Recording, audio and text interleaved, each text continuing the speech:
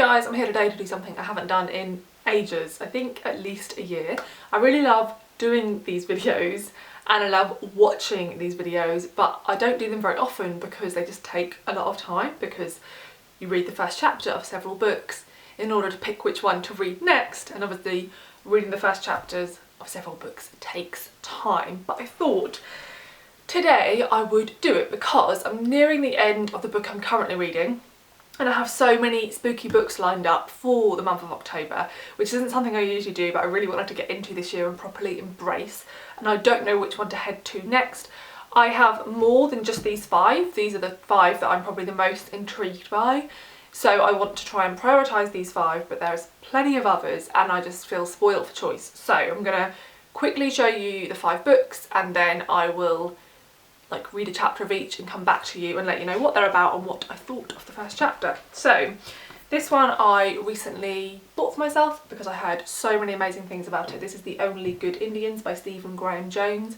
I feel like this may be the scariest of the lot based on people's reactions, but we shall see.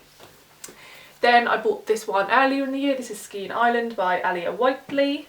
And then another one I bought earlier in the year in the same haul as the previous one is My Best Friend's Exorcism by Grady, Hendrix. I haven't heard anyone talk about this one, I don't think, although I have read 2 of her novellas and I enjoyed them both very much. I've heard loads of people talk about this one and how slashy, 80s campy horror it is, so I feel like I could enjoy this one, but it'll probably give me a very different vibe to the previous 2.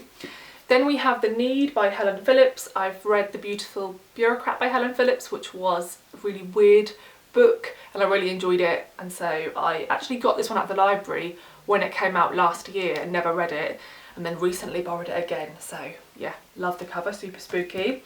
And this one's a very recent release. I've heard people rave about it, particularly in the US where it has a very different cover, and that is The Year of the Witching by Alexis Henderson. And yeah, I would like to read more witchy books. I used to read so many witchy books when I was a pre-teen teen, and I haven't done it in a very long time. So that is the stack. I am now gonna sit up on my bed with my blanket and my mint tea and read a chapter of one of them and then come back to you. So the first one I picked up was My Best Friend's Exorcism, and I actually read, the first chapter was 2 pages, the next chapter was 11 pages, so I just read both. And the first chapter opens, I don't know if it's present day, but years later, with Abby telling us that the exorcist is dead, and then she thinks back to the time in her life when she was interacting with the exorcist and why, and it's something to do with her best friend Gretchen. So then we go back to 1982 when they were both in 4th grade, I think, and Abby and Gretchen met, and sort of this event solidified their friendship. It has super 80s vibes. There's loads of stuff about E.T. For her birthday party, she's having a roller disco party, which is obviously brilliant. And there's just loads of really funny, sassy commentary about children and friendship and just children being mean for one another. There's already this boy she's met who's a bit older than her and a lot cooler, and it feels very all American high school, even though I guess they're not quite in high school yet. But I read on the back that it says it's actually about high school sophomores, so I'm guessing that we're going to skip through them being young quite quickly and then get to them being sort of 15, 16, which I think is sophomore age. I don't know, we don't use those terms here. So yeah, definitely enjoyed this. Like I said, it has a great 80s vibe. I think it has really interesting commentary about the obsessive nature of friendship and ranking people and grouping people at school. And I feel like this will just be a really fun read. I don't know how much this one will actually scare me, although I have heard people say this is quite gross horror, so I'm not so good with grossness, I don't think, so we shall see. But I have no idea how I'll do with horror in general, seeing as I've barely read any. I think I've read 2 books that would be classed as horror, and I find them unsettling, but I'd never struggle to go to sleep after reading horror. And in fact, I watch horror films and I get scared, but I never struggle to go to sleep afterwards, although I perhaps would if I lived alone. So Johnny's just not scared by anything, so watching something with someone who's completely nonchalant really eases the terror, I think. So yeah, anyway, I'm going to pick up the next one and check in and see if it beats the experience of this first chapter. So I've just read the first 2 chapters of Skein by Aliya Whiteley, and yeah, I'm intrigued by this one actually. I feel feel like we've been given more plot here than we did in My Best Friend's Exorcism. So like in My Best Friend's Exorcism, we're introduced to the fact that something bad happened to do with an exorcist, and then we're shown how these two girls meet. But I feel like this one is like running out the door quicker, but the plot started a lot faster. So the book opens, the first chapter, I think both chapters are first person, yes they are. So we're following a woman called Marianne. She works in a library. She's received an odd letter from Skein Island from a woman who she thinks is dead, and she never applied to go to Skein Island. So I think that it's like some sort of residential where women write their stories and leave them there.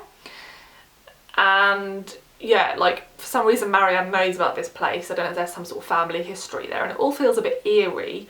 And then as she's looking up, a man walks in with a knife and tells her to like go to the back room and take her clothes off. And then we switch perspectives to her husband, and that's in first person narrative as he's driving her to the police station, and it's sort of following the repercussions of that moment.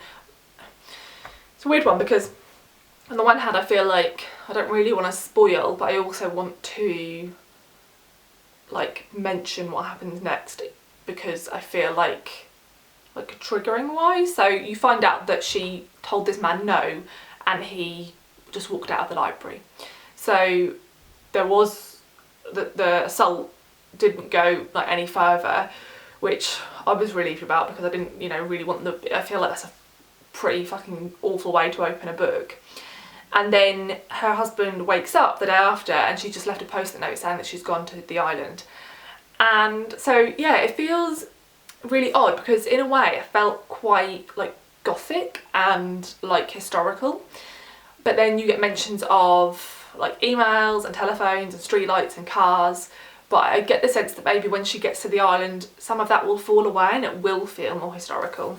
The only concern I have is that in the letter she receives there's a quote from the Odyssey, and she like references the Odyssey a bit and mentions something about like, I know nothing about the Odyssey, but she mentioned something about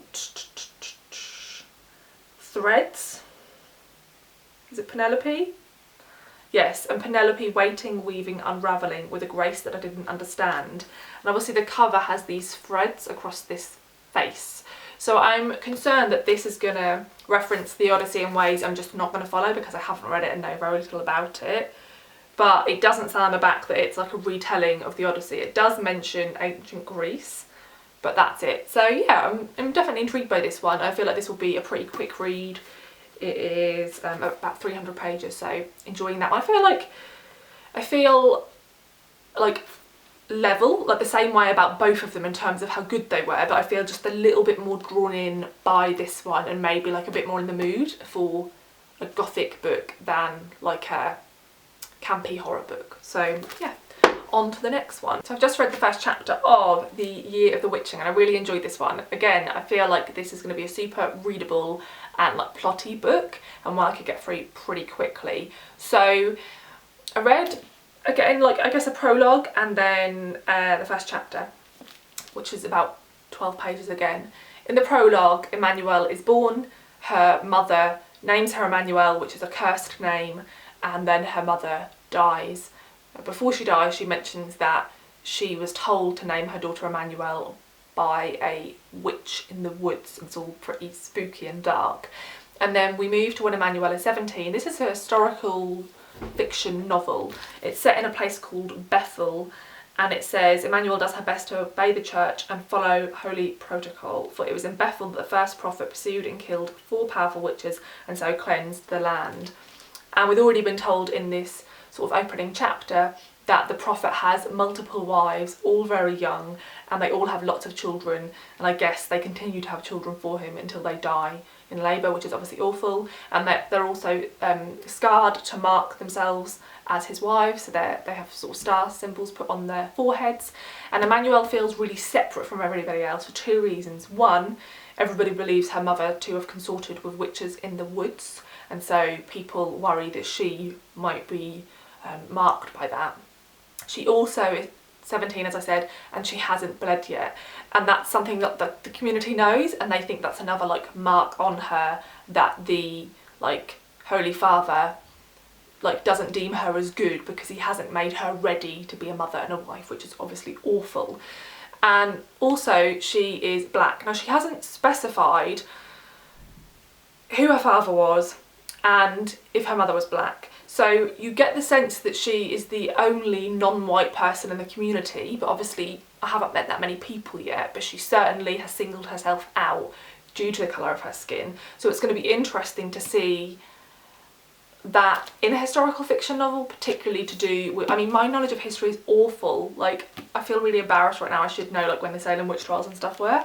But what I think is really interesting about this book is that when we get novels about that time period, they're nearly always written by white authors and the whole cast of characters is white. So I'm interested to see how this author deals with us having a main character who's black as the narrator and how that plays into the commentary of witchcraft and persecution. So yeah, I feel like I might be leaning towards this one, but I feel like I'm just into the witchy vibe and I rarely read it, as I said, so there we go. So I actually can't believe this is happening. I know I've chosen to read these books because I'm interested in them, but usually if I read the first chapter of 5 books, some of them I'd be like, oh, that's a shame, like this book doesn't feel like it's going to be as good as I was hoping, because, you know, I DNF a lot, and particularly with library books I might try the first chapter and be like, nah, not for me, I'll just take that one back. But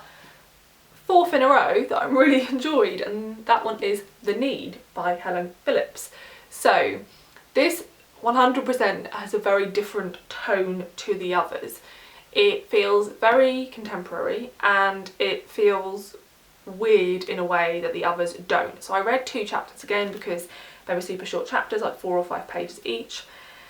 The first chapter, I feel like maybe I should do that at the end, like talk about which ones made me feel like the most like unsettled and stuff. So the first chapter I found fairly unsettling. It's only about 3 or 4 pages long and it opens, it is from 3rd person perspective. I'm really bad at remembering what the right terminology is, and it is lots of really short to the point sentences. So it opens with, she crouched in front of the mirror in the dark, clinging to them, the baby in her right arm, the child in the left.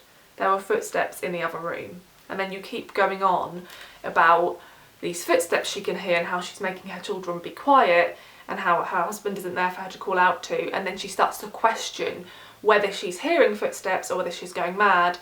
And then she references the fact that she's had this sense that she might be going mad for a while.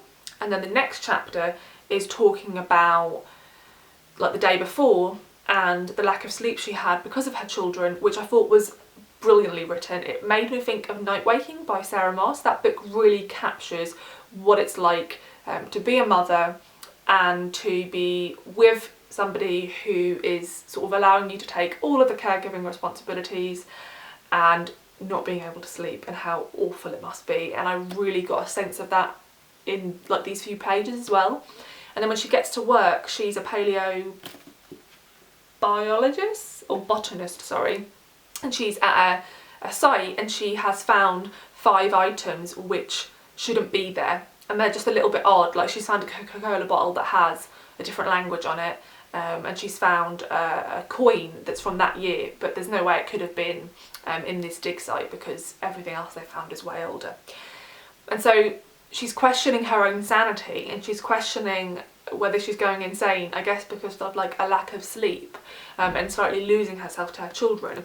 So at the same time as it being really scary because of the fact that there might be somebody in the other room, you also get the sense that she's starting to lose her grip on reality. And I always find when I read books about that to do with women particularly who play the roles of wives and mothers, it really reminds me of how awful it would have been to have lived, you know, as a woman throughout a lot of, you know, our historical times, but in particular when we had lots of what we call at the time asylums, and how any woman who just sort of annoyed her husband or family or did anything in any way that was not deemed normal was just locked away. So I think when that sort of thing is discussed in a contemporary novel, I find it really interesting. So felt completely different to the others, and perhaps not as plotty. It feels much more like a thought experiment, and The Beautiful Bureaucrat was very much that type of book. But yeah, I felt very drawn into it, and I feel like I'm going to really enjoy that one too. Okay, so I've just read the first chapter of The Only Good Indians. This was a 14-page first chapter, so this is the only one I think where I haven't had to read more than one chapter in order to like get a feel for the book. And I really enjoyed this one too, very different to the others. So this opens with us being told that a man called Richard Boss Ribs, the headline would be Indian man killed in dispute outside bar. And then we go back to find out why he was killed outside this bar. And we get told that he is a Blackfeet man and he was living on the reservation with his family, but his younger brother committed suicide, and so he split and left after that. And he ended up working for a drilling company in North Dakota, where he says that he's the only Indian who works for the company, and so they all call him Chief. And so he gives lots of context for the way he's treated, the racism he endures, the stereotyping he suffers every day.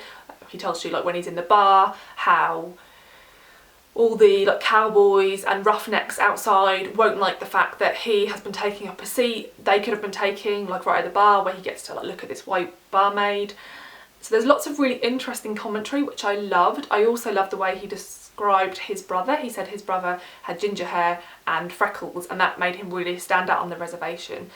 And I got this sense of like sadness within a lot of plot. And then he walks outside the bar and there's a giant fucking elk destroying all the trucks, and then all the men come out of the bar and think he's done it, that he's destroyed all their trucks, and so they try to attack him, and he tries to run away. And there's like a several page description of this action scene of him trying to get away and them trying to catch him, and then like the chapter ends with like them catching up with him basically, and you already know obviously that he's died because of the opening line. So I really liked it, and I really liked his voice. I really liked the commentary. I really liked that within the first chapter you've already got a really sense of this man's tone and the place he comes from. But I don't tend to read books that have like action scenes in any genre. I just don't read that sort of thing. So it was quite novel for me to read an action scene that spanned a few pages. I'm not sure I loved it. I find that when I read action scenes, my eyes are always sort of skimming to see when we're going to get past the action. And yeah, I don't know why, because I feel like if I watched this scene in TV or film, I'd really enjoy it, but it's just not something I necessarily read. Although, in every other regard, this is a book I would read, and so I'm really interested to see if I can like become someone who's more into action scenes. And perhaps there won't be like many more of them, I have no idea. And I do know that it says on the back, 10 years ago, Ricky, Gabe, Lewis and Cassidy shot some elk. It happens every year, it's been happening forever, it's the way it's always been, but this time it's different. And I believe like the elk or something is trying to get revenge for what they did, and I'm assuming like Ricky is the first to be caught. So yeah, that's a really interesting premise, and I already feel sort of hooked to get to find out what happens next. The problem is now is that I genuinely don't know what one to go for next. I feel like the one I'd be least likely to reach for is my best friend's Exorcism, just because I feel like I'm up for something a bit more serious maybe, and like I said, this had more of a fun vibe to it. But like I say this being the best try chapter experience I've ever had, because this was still really good and I'm still super intrigued and definitely still want to try and get to it this month. So then out of the other four, I'm trying to think of which one I'm the most intrigued by. I feel like the one I keep wanting to look back at is The Year of the Witching, because I feel like I want to read a book that's going to be super page turnery but also will scare me a bit, and I think this is going to have that the most. Although saying that, like, this was super plotty, so this one would definitely have that too. And I know part of it is that I you know, read a lot of books written by women, about women, and I'm always going to lean for that. You know, this is written by a man and it's about a man, and it felt very masculine, and in that regard it makes me want to reach for this one because it's not something I typically read. And then these two, like, I think this would be the one, like, after My Best Friend's Exorcism I'd be least likely to go for. Again, still really intrigued, and perhaps it's just that I read these two first, and because I'm into all of them, like, reading these other three, like, more recently towards the end of the video has made me more inclined to go for them. I'm also super intrigued by this. I genuinely don't know. Yeah, I really don't know what to do. Part of me feels like I should just choose based on which one I read the most pages of. So I read... how many pages did I read of this? I read like 11 pages of this. I know these were the ones I read the most pages in. And 14 pages of this, so I've actually read the most of this. I'm going to go for one of these. So what I'm going to do is, I'm going to edit and upload this video, and I'm going to ask you guys to let me know what you think. And I still have another book to finish this evening, so I'll probably end up reaching for one of these like tomorrow. But yeah, what do you think? Because I don't know. And I'm trying at the moment not to read more than one novel at a time. I'm trying to be very good, so I don't really want to reach for more than one. But this is a really hard choice, guys, and I know this isn't a great response because basically I can't choose. But I'd happily start any of them now, particularly these three. So yeah, thanks for watching. If you've read any of these books, I'd love to know your thoughts. Also, any other spooky book recommendations, like spooky, horror, gothic recommendations you have. And also the other thing I wanted to say, I knew there was something else. I wanted to talk about like which ones I found the most scary, I guess. So this one's definitely the least scary. I mean, it just doesn't open with a scary scene. Other than the fact that you know there's an exorcist involved, there is no scariness in that first section. This one made me feel uneasy, you know, in that I was bricking it that there was going to be some sort of awful sexual attack in the first few pages. But yeah, other than that, this one had a bit of a sense of unease, but it wasn't like horror or spooky, I wouldn't say. This one definitely made me feel uneasy. And also just concerned for the protagonist, like for her like mental health as well as her like actual well-being, like if there is something after her, like that one definitely made me feel uneasy. I don't feel like this opening chapter scared me. It was tense, but yeah, it didn't, I don't feel scared by it. Like so far the elk feels like just an elk. Like I'm sure that won't be how the book carries on, but at the moment I don't feel fearful. But this one certainly felt a bit fearful, like even in the first opening bit when the mum says that she says, "The woman in the woods, the dying girl whispered, barely breathing, the witch, the beast," when she talks about who told her to name her daughter Emmanuelle, and even that like just sent a little shiver down my spine. And then the following chapter was like a bit spooky in terms of just like cultish weirdness. So in terms of actual scariness, I'd probably say The Need was the scariest, because there's actually like this person in the other room when she's there with her children trying to get in, and the rest of them I think were like setting up for something scarier. This one opens with the most, although obviously this is a fucking awful thing, like I'd be terrified, but yeah, so yeah, they were all a little, other than My Best Friend's Exorcism, all a little bit scary, but more like unsettling than like proper horrifying. So yeah, those are my thoughts. Let me know if you've read them, like I said, and any other recommendations, and what are your thoughts? Which one do you think I should go for? Thanks, I hope you're well, and I'll see you in the next video. Bye!